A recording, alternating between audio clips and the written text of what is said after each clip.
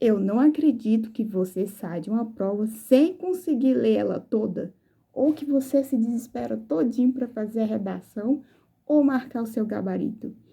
Isso não vai acontecer mais com você. Sabe por quê? Porque hoje você vai aprender como fazer provas objetivas. Primeiramente, vou me apresentar aqui. Eu sou Luane Salazar e simbora para o vídeo de hoje.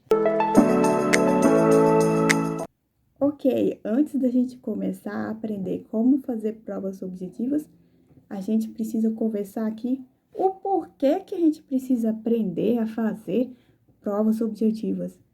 Primeiro, para você conseguir ler toda a prova a tempo. Esse é o principal objetivo que você tem em realizar uma prova objetiva, é conseguir ler a prova toda a tempo. Segundo, para você conseguir marcar todo o gabarito. Além de ler toda a prova, você conseguir entregar suas respostas, tudo no tempo disponibilizado que você tem. E terceiro, no caso que essa prova tenha redação, que você consiga fazer a redação com tranquilidade, além de resolver a sua prova, tá certo? Então, agora, vamos lá. Eu selecionei 3 provas que eu fiz ano passado, para você ver na prática de como fazer provas objetivas. São 3 tipos de provas diferentes. Tem uma da OAB, que é a banca FGV, que seria a tradicional múltipla escolhas.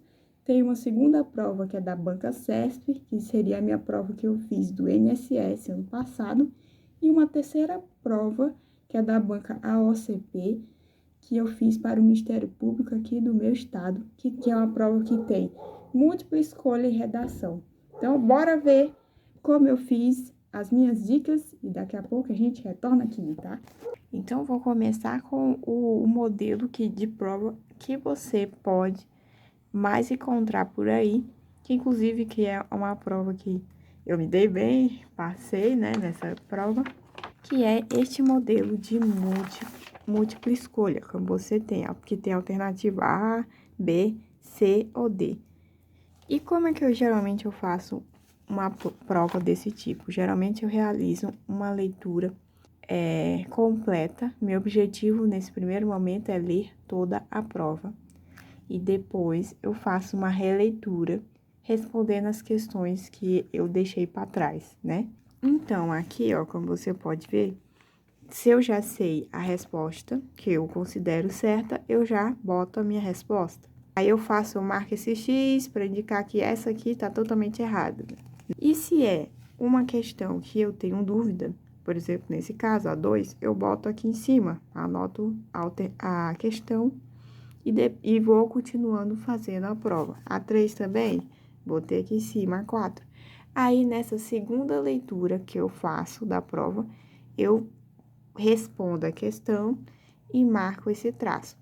Geralmente, como você pode perceber, quando você faz uma questão alternativa, você fica em dúvida entre uma ou outra questão. Aí, eu marco um tracinho no lado para indicar quais que eu estou na dúvida.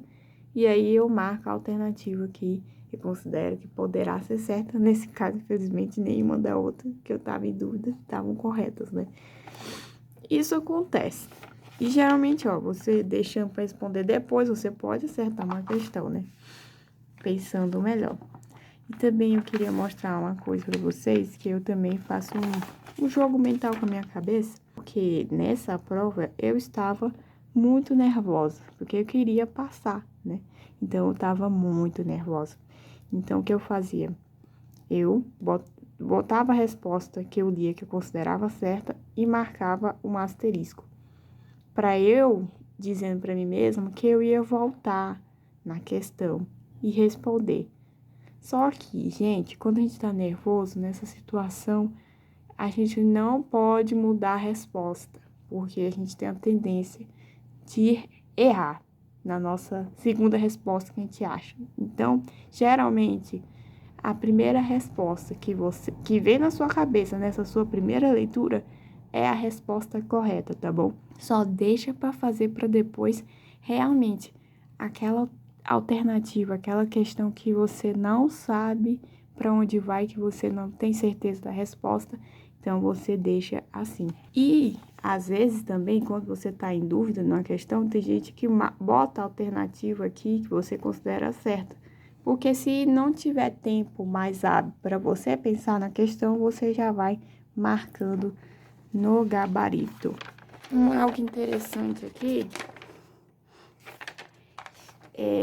eu converso comigo na hora da prova.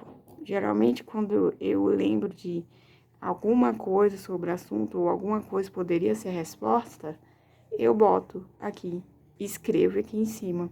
E no final até ajudou, eu botei Xtunker, ó. Aí eu já vi a alternativa que tinha Xtunker, marquei e no final levei a questão. Então, você faz isso. Só que tem outra coisa, gente, importante para você fazer quando for resolver essa prova. Repare bem que esse tipo de prova, ela não tem a marcação da disciplina. Ela é direta. Não vai ter aqui direito penal. Não tem aqui direito constitucional. Ela é uma prova que só tem alternativa, só tem as questões e você tem que fazer. Ela não tem essa divisão. Então, eu comecei essa prova do começo para o final, porque praticamente não teria diferença. Se você, ao fazer o simulado, decorar qual é a ordem da prova, parabéns. Mas eu não consigo, então eu fiz nesse caso aqui. Não deu para escolher com qual disciplina que eu começaria a fazer, então eu comecei mesmo do início. Quando você for marcar o gabarito, preste bastante atenção. Você tem que marcar o gabarito circulando bem e deixando pretinho, tá? Por exemplo, vou botar aqui, vai que eu botei na 24, alternativa C. Então, você vai marcar, deixando tudo bem marcadinho, bem preenchidinho e não pode sair da borda, né? A marcação. E outra estratégia que eu tenho na hora de fazer a prova é que quando eu estou fazendo a prova e eu começo a cansar. Acontece isso, gente. A gente lê a prova, lê, fica naquela pressão e a gente cansa. Você percebe que a sua cabeça, ela não pensa mais. Quando você chegar nesse momento, tá na hora de marcar o gabarito. Então, você vai pegar a sua prova e vai marcar as questões que você tem certeza da resposta que você já respondeu. E as questões que você deixou aqui em cima, você vai deixar para responder depois. Você vai, nessa segunda leitura que você for fazer da prova, você vai deixar para marcar depois. E nisso eu tive um problema, né? Quando eu estava marcando as questões, eu ficava nervosa, né? E acabava tremendo a mão e marcando a alternativa que eu não queria. Então, eu aprendi um método que a gente pode usar aqui para marcar o bocal da nossa caneta. Então, você viu a resposta. Por exemplo, vamos aqui a 2. Eu botei a resposta A, né? Então, ao invés de eu marcar livremente com a mão e, sem querer, marquei B. O que a gente pode fazer? Na próxima questão aqui, fazer a 3. Eu marquei a A, então você vai com o bocal, bota o bocal em cima da sua alternativa, vai com a caneta e já marca. Aí você faz assim durante a sua prova. Eu acho até para questões da sua primeira leitura que você tava lendo a prova e cansou, isso é bom também, tá? Aqui a 4. Eu, sei lá, marquei a letra D. Então, eu vou aqui em cima com o bocal da caneta, na alternativa D, e marco com a caneta. E faço assim, sucessivamente, tá bom? Agora, eu tenho um outro tipo de prova, que é aquele tradicional CESP certo e errado, que é muito parecido com o outro modelo que eu apresentei para vocês de fazer. Tanto que eu faço, né? Eu boto as questões que eu tenho em dúvida, boto aqui em cima e vou respondendo as que eu sei. E da mesma maneira, você vai marcar o seu gabarito, só que a diferença vai ser um gabarito que vai apresentar só alternativa certo e errado. Nesse tipo de gabarito, é mais fácil ainda você ficar errando a mão. Então, use a dica de botar o bocal da caneta em cima da sua alternativa e marcar, tá? Principalmente nesse tipo de prova que só tem 2 alternativas no seu gabarito. E aqui eu fiz do mesmo modo.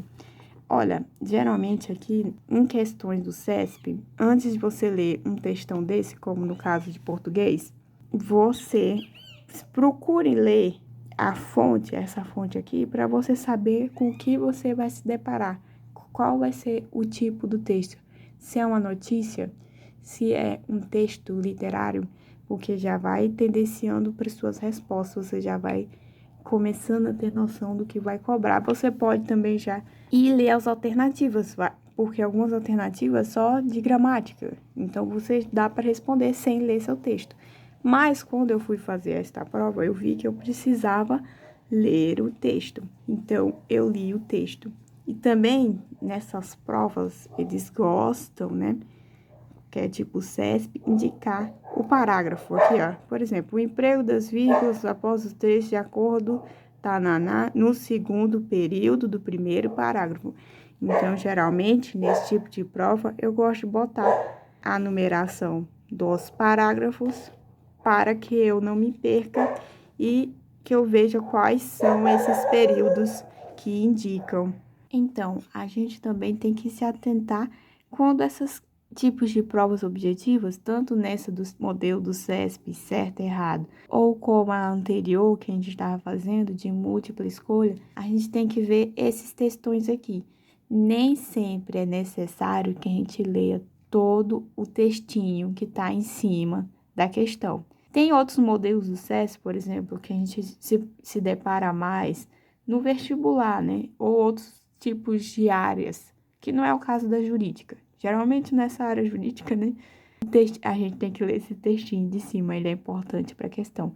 Mas no caso, por exemplo, no vestibular, muitas vezes tem um trechinho e tem embaixo a fonte. Assim como foi a anterior de português, tem uma fontezinha embaixo. Autor tal, texto tal. É só a gente ler primeiro essa fonte e ver as alternativas para ver se a gente consegue responder sem a necessidade de ler o texto, tá? Se você viu que não precisa, então já responde. Mas se você leu e viu que precisa, aí você volte ao texto, leia e responda as suas questões. Só que nesse caso do INSS, foi uma prova que precisava ler, né? Essas alternativazinhas e que tinha muita coisa de lei pedindo que julgue os próximos itens referentes à ata administrativa. Aí tinha que ter o conhecimento da lei pura mesmo, né? Então, não tem muito o que fazer, são questões mais simples mesmo, tá? E então, nesse tipo de prova, você faz aquele método que eu falei, da mesma maneira das provas de múltipla escolha, que também dá certo. E lembrando também da marcação do gabarito, que você tem que se atentar, né? Olha aqui como tanta questão que eu fiquei em dúvida, né? Que eu fiz daquela maneira, né? Que eu fiz uma leitura total da prova, depois fiz uma releitura para sanar essas questões que eu fiquei em dúvida, tá? Gente, como é que eu sei também essa diferença? Quando você fica muito tempo pensando na questão, essa é a questão que tem que ser pulada. Além daquela questão que eu não sei para onde vai, a questão que você fica muito tempo precisando puxar da cabeça, pula, não perde tempo com esse tipo de questão, tá bom? Vamos para o nosso próximo modelo. Enfim, essa é uma outra prova que, diferente da questão da OAB, essa aqui eu não me dei bem, tá? Também é do mesmo modelo de múltipla escolha, só que a diferença é que é uma prova que tem redação. O que a gente faz nessa prova que tem múltiplas escolhas mais redação? Primeira coisa que você vai fazer é ir lá atrás e ler a redação. Qual vai ser o seu tema de redação? E verificar se você já tem condições de começar pela redação, tá? Nessa prova aqui, deixa eu procurar. A temática dela foi essa aqui: soluções para diminuição das ilhas de calor nos centros urbanos brasileiros. Então, para mim, é um tema que estava fácil porque eu lembrei das aulas de geografia. Então, eu já comecei fazendo a minha redação. Quanto tempo ideal para fazer uma redação que você tem que treinar? 1h30. Essa redação eu fiz em 1h30, sendo que era uma prova que tinha, deixa eu ver aqui, 5 horas para poder fazer. Aqui, 5 horas. Então, eu levei 1h30 para fazer a redação. Então, eu já comecei a fazer a redação. Se for uma prova que você já foi ver o tema da redação e viu que é complicado, que é difícil, então você deixa a redação por último, tá bom? Você não faz a redação agora. Tenta resolver a prova e faça por último a redação. E o método é o mesmo para múltiplas escolhas. O mesmo. Eu fiz do mesmo jeito. A questão que eu tava em dúvida, botei em cima. Independente de você vá bem ou vá mal na prova, o método é o mesmo. O mais importante é que você sempre consiga ler a prova. Você não pode sair de um local de prova sem ter conseguido ler a prova inteira. Então, esse é o maior objetivo para você numa prova, é ler a prova inteira. Viu o que eu fiz? Ainda botei as alternativas e tal. Também fiz o métodozinho do gabarito. E nesse caso, como eu já sabia sobre como falar a redação, eu já comecei fazendo a minha redação. Tem provas, por exemplo, do CESP, que eu lembro do vestibular, que o tema da redação, ele te dava algumas dicas, uns insights, já dentro do conteúdo da prova. Então, esse tipo de prova seria mais interessante deixar no final a redação, tá? Tem provas que é assim. Mas essa aqui não dava nenhum insight, porque eu não lembro qual era a banca. Essa aqui, ó. Instituto AOCP, que a redação estava indo, não tinha nada a ver com a prova, então deu para fazer de primeira, tá? Aqui, olha aqui, essa prova também múltipla escolha, como eu falei, só que o legal, a diferença é que essa prova já tinha em cima indicando quais seria a disciplina. Então, nesse tipo de prova que já indica a disciplina, o ideal é você já escolher a matéria que você tem mais facilidade e deixar as que você tem mais dificuldade para o final, porque já fica melhor para sua resolução e também você já vai carregando na cabeça, né? Você já vai começar a ficar mais condicionado para fazer a prova, então tem a tendência de prestar mais atenção ao final, né? Então, nessas questões mais difíceis, você já pode aumentar suas chances de acertar. Então, nessa prova aqui, eu comecei fazendo as alternativas de atualidades, também essas aqui de legislação, que eu já tinha mais facilidade. E deixei por último português, eu deixei por último raciocínio lógico, que inclusive, como você pode ver, aqui, português era o primeiro assunto que começava, raciocínio lógico era o segundo assunto. Então, você não tem, nesse tipo de prova que já tem esse privilégio de mostrar quais são as disciplinas, então escolha as disciplinas, né? No anterior não tinha como, então eu comecei do começo. Nesse aqui tem como selecionar, então selecione e faça a prova de maneira estratégica. Você não é obrigado a fazer a prova do início previsto, tá? Gente, eu quero aqui apresentar uma exceção. Lembra que eu falei que geralmente a primeira resposta que você pensa é a resposta correta e que o ideal é que você não troque de resposta. Aqui é uma exceção, viu? Quando é que eu posso trocar de resposta? É quando essa segunda alternativa que eu pensei ser a resposta, eu tenho a evidência, a certeza. Eu lembrei que ela é a correta. Se eu fico na dúvida da minha primeira alternativa, e se eu ainda não tenho certeza que a segunda alternativa é a correta, então eu não vou marcar essa segunda alternativa. Eu vou permanecer com a minha primeira alternativa. Vamos ver um exemplo. Eu vou ler aqui. Aquele cânion só existe porque em outros momentos no passado, houve também o desabamento da rocha.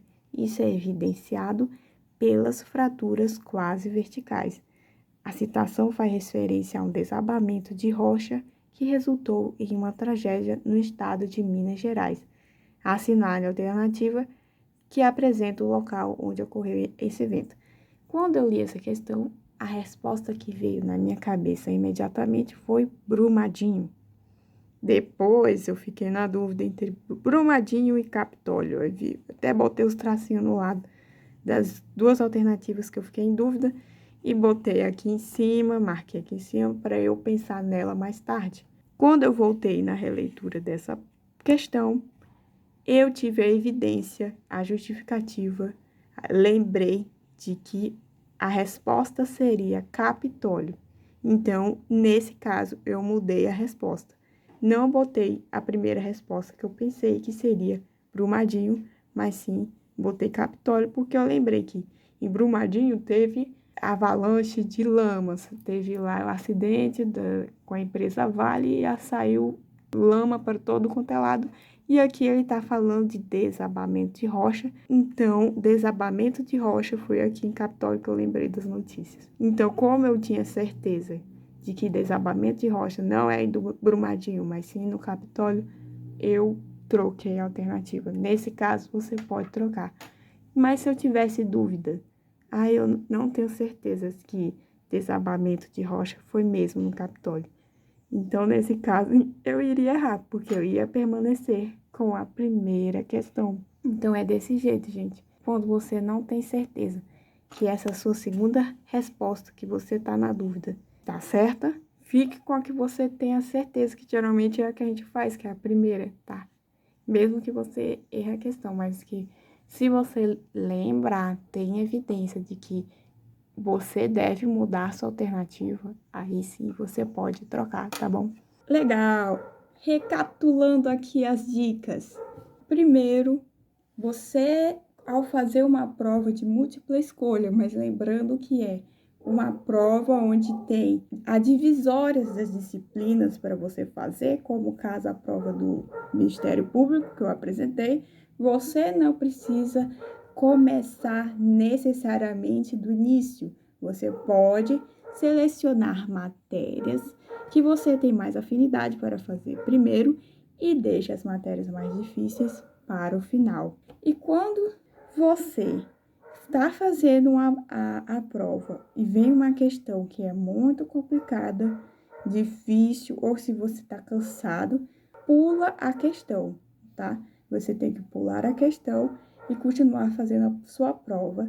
Lembrando, né, que o objetivo aqui é ler toda a sua prova e que dê tempo para fazer isso, né? Então, se tem uma questão que demanda um raciocínio maior, ou que você tem dúvida e acha que tem que pensar mais, vai gastar mais tempo, então você tem que pular essa questão e fazer depois. E quando a sua cabeça cansar, o que você vai fazer? Isso mesmo, vai marcar o gabarito, vai fazer bolinhas para aquelas questões que você já respondeu. E se continuar cansado, vai, se levanta, vai no banheiro, bebe uma água, respira um pouco e vai. Tem uma coisa interessante que eu queria contar para vocês, que eu ouvi na minha preparação para a OAB. Quando a gente tá assim, né, muito tempo com a cabeça baixada, a gente acaba ficando sem ar. Não sei se vocês repararam, eu reparei isso. Quando eu faço uma prova, eu fico muito tempo com a cabeça baixada, parece que eu tô depois precisando sugar um ar. Então, você lembra de se respirar. Quando você sentir que tá ou nervoso ou tá cansado, não tá conseguindo raciocinar mais, lembra de levantar a cabeça, lembra de pegar a sua garrafinha d'água, de tomar uma água, respira e volta para sua prova. Levar chocolate vai te ajudar a se acalmar e a pensar durante a prova, porque açúcar no seu sangue vai ativar mais a sua cabeça, então vai te ajudar a raciocinar e também vai te ajudar no teu nervosismo, tá bom? Então é importante que você leve a sua água, leve um chocolate, um cereal. Não precisa fazer aquele piquenique, pode levar só uma barra de chocolate e fazer a sua prova tranquilamente, né? Ah, e tem também uma polêmica em relação ao momento da sua prova. Essa polêmica se chama canetas. Preste atenção ao edital quando ele fala em relação a canetas, se é uma caneta azul ou preta. Eu recomendo que você sempre use caneta preta, mas desse jeito. Uma Bic transparente, tá? Por que caneta preta? Porque as más línguas dizem que a leitura do gabarito é feita de uma maneira melhor com a cor preta do que com a cor azul. Eu não sei se é verdade, mas eu lembro isso na época que eu estava estudando vestibular e eu sempre levo a minha caneta preta Bic comigo. Mas toma cuidado nesse tipo de caneta aqui. Você está vendo que é uma caneta que não é transparente. É Bic preta, mas não é transparente. Tem alguns fiscais e algumas bancas que não aceitam esse tipo de caneta, tá? Então, evite levar essa Bic laranja, que é essa capinha laranja. Sempre leve uma caneta preta, transparente ou azul.